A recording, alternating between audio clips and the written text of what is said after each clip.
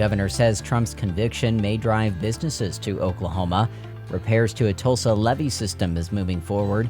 And the Sooners advance to the Women's College World Series semifinals. We'll have details on the KGOU AM News Brief for Monday, June 3rd. I'm Nick Daniels. Governor Kevin Stitt says that former President Donald Trump's felony conviction will deter businesses from New York and other northeastern states.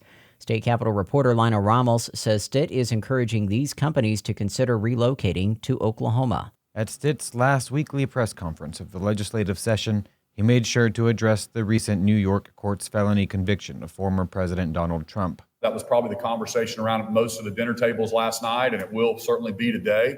He says Oklahoma companies and those considering a move to the state can rest assured his soon-to-come business courts will protect them. This is going to have a huge, long tail with businesses fleeing New York when they see what they can do to someone up there in that court system. It's just unjust. It's unbelievable. And I want to make sure that our businesses know they're protected from out-of-control weaponization of district attorneys, attorney generals. Trump was found guilty of 34 counts of falsifying business records to hide hush money payments to a porn star meant to protect his image during the 2016 election. I'm Lionel Ramos. A levee system that was pushed almost to its breaking point 5 years ago is now going to get fixed following the governor's approval. OPMX's Max Bryan reports on a bill that puts significant money toward infrastructure along the Arkansas River in Tulsa. House Bill 2890 puts $50 million of state money toward repairing the Arkansas River levees in Oklahoma's second largest city. Representative Lonnie Sims of Jinx said the funding bill was brought to the legislature 6 times before it passed this session. There's a lot of great things we do at the Capitol, but very few times do we get to do something we know for a fact it's going to save lives and protect our investment for the future. Governor Kevin Stitt signed the bill Friday, almost exactly 5 years after the Arkansas River flooded dozens of homes and tested the strength of the levee system. The United States Corps of Engineers called the levee system, quote, very high risk in an assessment after the flood. Former U.S. Senator Jim Inhofe helped secure an additional $137 million in federal funds for the levee project. In Tulsa, I'm Max Bryan.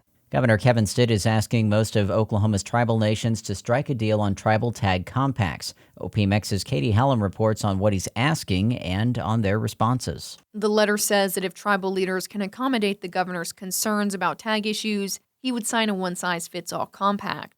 These concerns range from public safety problems to outstanding toll fines. The email was not sent to the Cherokee, Chickasaw, or Choctaw tribes who have existing compacts. Osage Nation officials say they will not respond, while the citizen Potawatomi Nation says it is reviewing the letter. Other tribal officials did not respond. However, some of the email addresses the letter was sent to are no longer in service, or to tribes who don't issue their own plates. One of the recipients listed is former Ottawa Tribe Chief Ethel Cook, who died last year.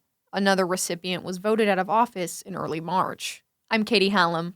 In sports, the Oklahoma Sooners have advanced to the semifinals of the Women's College World Series. OPMX's Ryan LaCroix reports on their pursuit of a 4th consecutive national title. Kelly Maxwell pitched a 2-hit shutout, and Tiari Jennings hit a solo homer for OU's only run in a 1-0 victory over the UCLA Bruins on Saturday. The win launched the Sooners into the semifinals, where they'll face the Florida Gators this morning at 11 on ESPN. With a win, OU will advance to the championship finals on Wednesday, but a loss would mean the Sooners would have to win a second game this afternoon or be eliminated from the tournament. Meanwhile, the season is over for the OSU Cowgirls. They were eliminated by Stanford in an 8-0 run rule late Friday night. In Oklahoma City, I'm Ryan LaCroix. You'll find more news at our website, kgou.org, and on the KGOU PM News Brief podcast. I'm Rachel Martin. You probably know how interview podcasts with famous people usually go. There's a host, a guest, and a light Q&A.